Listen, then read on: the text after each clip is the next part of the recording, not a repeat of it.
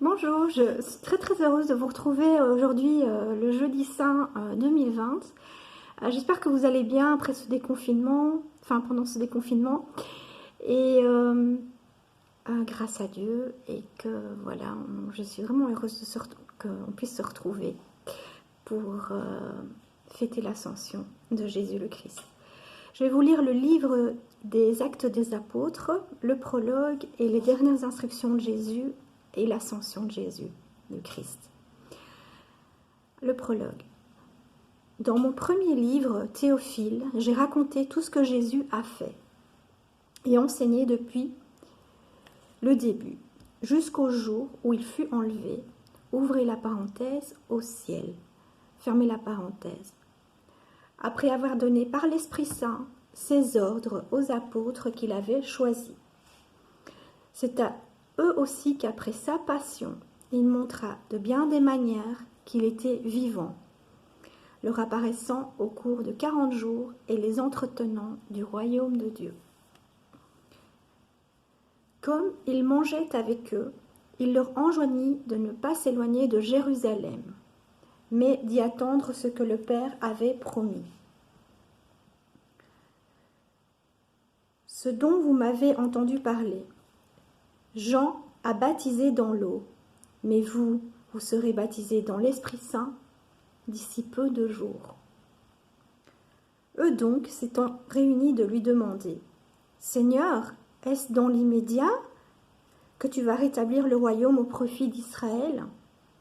Il leur répondit, ce n'est pas à vous de connaître le jour et l'heure que le Père a fixé de sa propre autorité.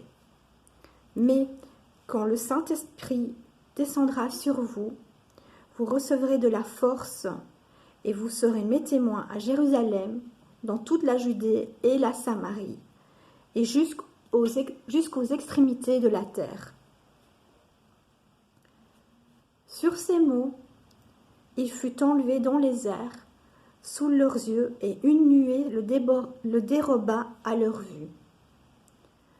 Comme ils tenaient les yeux fixés au ciel, alors qu'ils s'en allaient, voici que se présentèrent à eux 2 hommes, vêtus de blanc, qui leur dirent « Galiléens, pourquoi restez-vous là à regarder vers le ciel?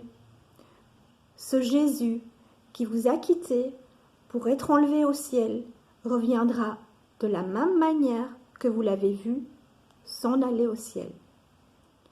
Gloire à toi, Seigneur. » Alors voilà, nous voyons ici que après avoir souffert sa passion, Jésus a donc été ressuscité, est apparu durant 40 jours à ses disciples et les a instruits en les entretenant du royaume de Dieu. Il a laissé également ses instructions avant de monter au ciel, rejoindre son Père dans le royaume céleste de Dieu le Père.